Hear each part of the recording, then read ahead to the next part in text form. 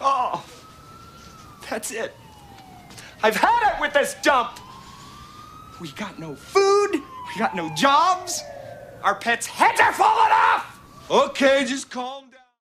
Welcome back to Thinking Critical. This is Wes, and every once in a while, Yul and I like to talk about, just shoot the shit, just kind of talk about some subjects about comic books. And today, I was noticing, and I've been noticing, and I think Yul's noticed this as well. There are a lot of heroes or main protagonists in comic books, specifically in indies, that I can't find myself wanting to root for anymore. And obviously here to talk to me about this is the man I've referenced a couple times, the proprietor of Fantastic Comics, Yul. He is going to shoot on the entire comic book industry here. How you doing, buddy? I'm all right. I'm angry. All right, and I do want to say, if you're enjoying the content on the channel, definitely subscribe to the channel, hit the bell for notifications. If you enjoy this video, give us a thumbs up. If you hate this video, give us an enormous thumbs down, and definitely let us know in the comments section why you thought Yul was way off base in this video. I know I'm going to be right on target. And if you enjoy Yul's commentary, he's got his own YouTube channel. There will be a link in the video description. In the last 30 seconds, there will be an opportunity for you to go and subscribe to his channel. Now, Yul.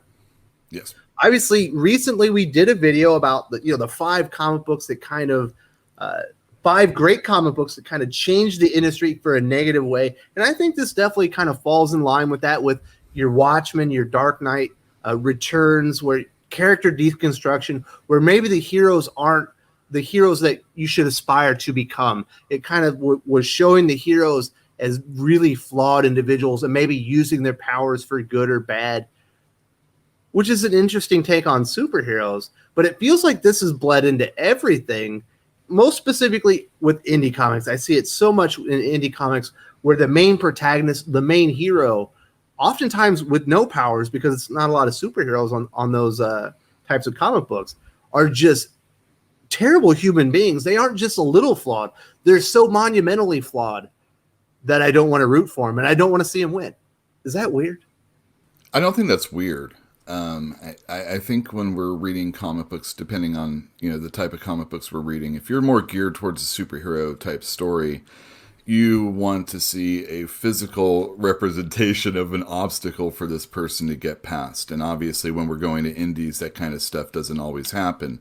So we're going to have to reflect a little bit more inward or inwardly as characters, depending on the type of story. But even still, if you're having a science fiction action story or a horror story, those things aren't necessarily important, because horror fans accept everything but plot holes for the most part. They want good murder in. Science fiction, we don't want plot holes, we just want good science fiction in, and if you get all that other junk, it makes you want to root less for the hero. If you're doing some Ernest Hemingway type story, sure, maybe we want to see a really pitiful person that's, trying to get out of a drunken stupor. I can't have that in all my comics. I agree with it, but it feels like it's all that. Right. Exactly. Maybe there's probably just like an influx of creators that this is their thing. Maybe this is the generation of, obviously older writers aren't really working in comic books as much as they used to. You don't see Chris Claremont writing a ton of books, you don't see John Byrne on stuff and things like that. So it's a new group of younger or middle-aged, writers that are doing that as other people are phasing out. This is just one of the themes that's kind of going throughout all of comic books, and it's usually at a dinner table. Yeah, there's a lot of that. So I'm a huge fan of fantasy, like The Lord of the Rings, Hobbit, some of my favorite literature of all time. I love the hero's journey. I find that super, interesting and impactful for me. When you have a basically a good at his heart character that is in a world and in a position where the odds are insurmountable, but he takes the call to action. He goes on that hero's journey, discovers he always had it in with himself, and kind of vanquishes the bad guy and wins in the end. And I enjoy that. And I don't mind. Not everybody can be a paragon of virtue. The hero should have some flaws, some things to overcome along the journey. But, when I read Kieran Gillen's Die, which I think, without a doubt, probably still has the best art in the industry on comic books. Just what Stephanie Hans was doing is just gorgeous. Just the fantasy creatures and settings that she was able to create look like nothing else that you'll see in comics, and it just drew me in. And I remember I read the first 6 issues, and I was like, man, every one of these comic books is dynamite. These are what people need to be reading. This is why comic books exist. And then they took I think it was a short break, but it was after 6 or 8. I think it was after 6. And they came back, and Kieran Gillen, the writer, started doing these portions of the story where we're going back and revisiting the characters before they came into the world of Die. And after the 3rd issue of that, I dropped it because I hated every single one of the characters. All the nuance and backstory he gave them just made me come away thinking these are all terrible characters. And I don't mind if they die in the world of Die. If they don't make it out, it's not going to hurt my feelings. And I just totally divested myself from the characters. There wasn't one character that just stood out. And yes, he had some problems, but it was somebody that I could relate to, and I was rooting for to win. After visiting these characters before they came into that world, I'd had enough. I didn't want to read it anymore, even though it's a beautiful comic book and it is well written. Well, I mean, there's a certain aspect where you want to, obviously, if you want your hero to be heroic, you want them to be the most heroic. If you want your villain to be villainous, you want them to be the most villainous. If someone's a cad, they're the worst kind of cad they can possibly be. But you can't have every character just there has to be someone at least a little virtuous, right? I haven't read Die yet. It's fallen through. I just, there's so many books out there, but it is definitely something that's geared towards me also. So hearing that's a little disappointing. I might not feel that way when I read it, but I'll definitely pay attention when I get to it. But yeah, you don't want to have every character being I don't know, man. Maybe you could just do a thing where everybody's a piece of shit. But when it feels like that's happening with so many characters or so many superheroes, I know now I'm taking it back to superheroes, are flawed these days in so many ways.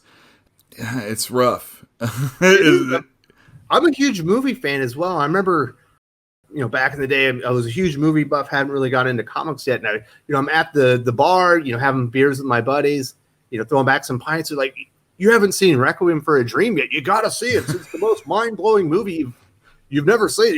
It's flawless. And I go and I watch it.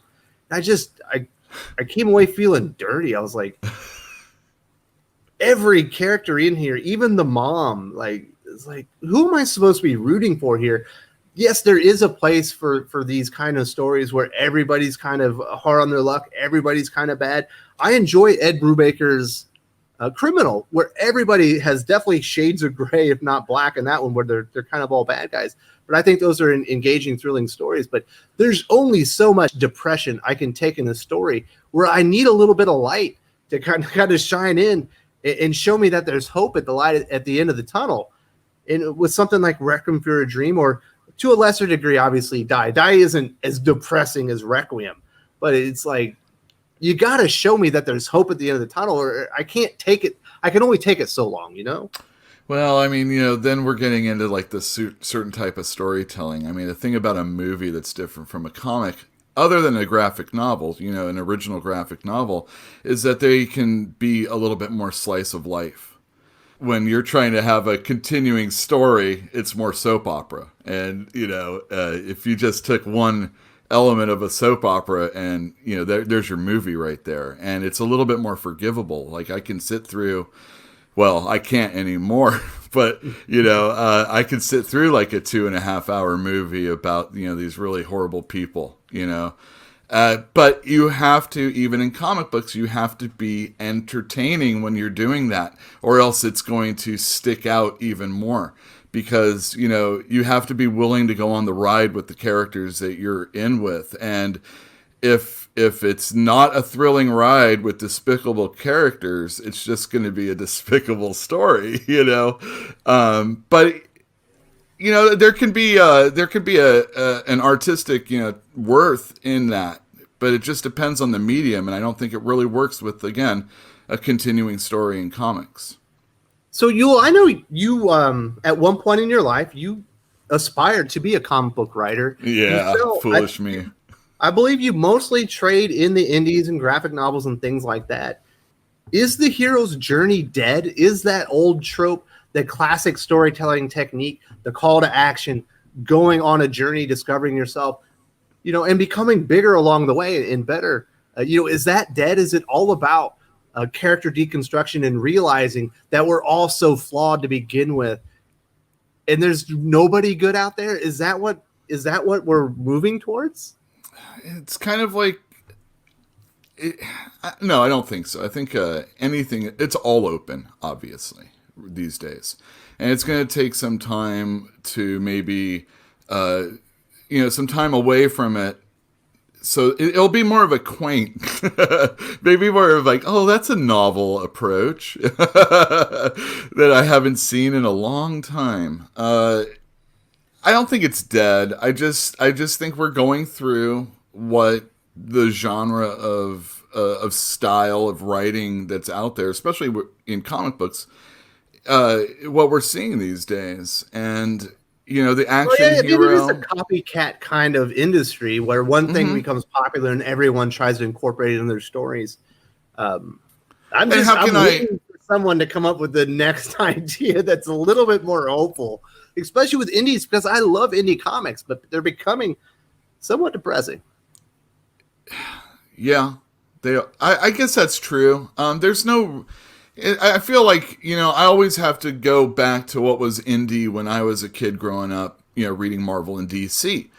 And, you know, like I was reading Star Slayer by Mike Grell, and it was like a pirate in space. And ridiculous, but I love that. You know, Dreadstar by Jim Starlin. That was awesome. You know, space adventures that were a little bit more superheroic. There was Saber by, I can't remember, McGregor, I think. You know, these kinds of things. There was Aragones doing Gru. And, you know, the independents were a little bit different, but they always had, like, post-apocalyptic stories. But again, it was, you know, this really, you know, it was a hero that we're following. You know, this isn't necessarily, like... You know, the setting is supposed to be, you're supposed to overcome. I shouldn't say supposed to. I'm no writer. I mean, you know, that's just the way it is. But what I would rather see is someone overcoming something more than themselves. I can only read it so often, and then again, when we bring it to the superhero genre, it is more glaring, because then I am seeing Batman this way, or I'm seeing... Getting in there right now, going on is Strange Adventures from Tom King. Sure. And I'm reading it. I believe I've just finished the 3rd issue. I think the 4th issue probably will have come out by the time I've released this, but it's quite clear that the hero in Strange Adventures is not a hero. Like, he's done something, or it might be his wife that he's covering up for, but it's not a fun read. It's like, it's kind of a slog to get through. Like, even those times when they're doing flashbacks and he's somewhat doing heroic stuff, but you keep coming back to the reality that he isn't a hero, because that's the way he's being portrayed in the real world with Superman and Batman. Well, I mean, there's a merit to that for sure. I mean, I think it's a very interesting story, and we're doing it with Adam Strange. You know, you're supposed to piss off the old people when you screw characters anyway. So, you know, this is just another one for the Silver Age guys out there. Well, I'm not married to the character. I haven't really read him all that much. So it doesn't bother me like it did what he was doing to Batman. But just reading it, I'm like, man, I can already tell what I'm heading for. Oh, yeah. And it's not going to be a pleasant ending. Like, no, I don't think so. How many depressing, like, 12-issue stories can Tom King write before he decides something good should happen at the end? We blast on the 1980s Watchmen, Dark Knight, and stuff like that for leading to this situation. But there's another book that happened more recently that I often blame for this kind of thing, and it was Identity Crisis, where that guy Brad Meltzer, he kills off Elongated Man's wife right in the beginning. So it's a mystery. Here's a very good mystery. Elongated Man's wife is dead. And he goes through this whole mini-series and he starts perverting every character, including Batman and Zatanna and all this other stuff. It's a great read. If you don't read superhero comics normally, you're going to love it. But it's tropey. It's tough. But it's got great artwork. I can tell you, when we made our video about the Dark Knight Returns, Watchmen, Bendis' Avengers, and stuff like that. That comic absolutely was brought up multiple times. Yeah, that was a hardcore story, and I think that it kind of gave writers. I don't know. We're saying like people do what they see. They kind of mimic things. And I'm not saying that any of the writers these days are necessarily mimicking that book. I'm just saying that this is like what was out there, and we're affected by it, and we're influenced by it. And new writers come out and they're like, I got my idea for Identity Crisis. Well, Tom King is like, all right, well, he did it with Mr. Miracle. He did it with The Vision. Let's see who else he's going to do it to. And we have the flavor of how he works in his comic books now. Vision was like, wow, this is amazing. I can't believe I'm reading this. And then each version is like, you either really like it or you start don't liking it. You start not liking it. I don't know. It just feels like everything's so depressing and down right now. Give me some hope. Give me, this like 2 years of you're the villain that we've been going through a DC's universe to get to this DC Dark Knight's death metal. And it's like, give me some hope with everything that's happened with Batman and everything. DC is supposed to be the universe of hope, and there's like none of it there. It's all been extinguished. I think we're get the indies too.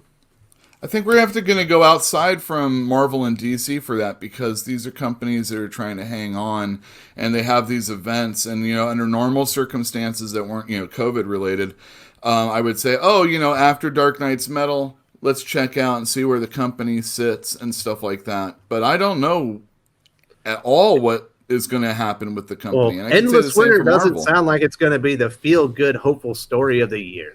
Probably not. Probably not. And then Marvel's having their Dark Ages thing or whatever that's called. King in Black. Dark Ages, both going on at the same time. Jeez Louise. Winter's gonna be dark. Winter's coming, my friends. It's coming very soon. Well, very interesting conversation. We could talk about stuff like this for hours on end, but we do have to make it into a YouTube segment, so we try to keep it under 20 minutes. Is there anything else that you wanted to get out there before we wrap this up? Look to the independents, because we're going to have a new something coming over the future, in the future. You were talking about how dour everything seems. That would suggest that maybe we'll see a lot more brightness going forward. There might be a different style of comic book coming out, and I would look to the indies to see that happen. Hopefully not everybody's wearing masks in the new comic books. I mean, just over your nose and mouth. Other than Bane. Exactly. And Scorpion if you do a Mortal Kombat. Exactly. All right, well, that'll basically wrap us up. If you enjoyed what Yul brought to the table here, you should have an opportunity right now or in a few seconds to click on an icon, go subscribe to his channel, and I highly encourage it, because he's a great dude. Good dude. Oh, thank you he's very much. Yul, but he's a good dude. He's like the Ric Flair of comic books. Yes, he's the bad guy, but we all love it. That's right. Bad guy. If you enjoyed this video, please give it a like. I would appreciate it very much. It helps us attract more views for the channel. Subscribe for future commentary, comic book news, and reviews. And don't forget to ring the bell for notifications. If you want to talk comics, movies, and much, much more, you can follow me on Twitter at Wes_from_TC. With that, Salamat Po, and I'm out.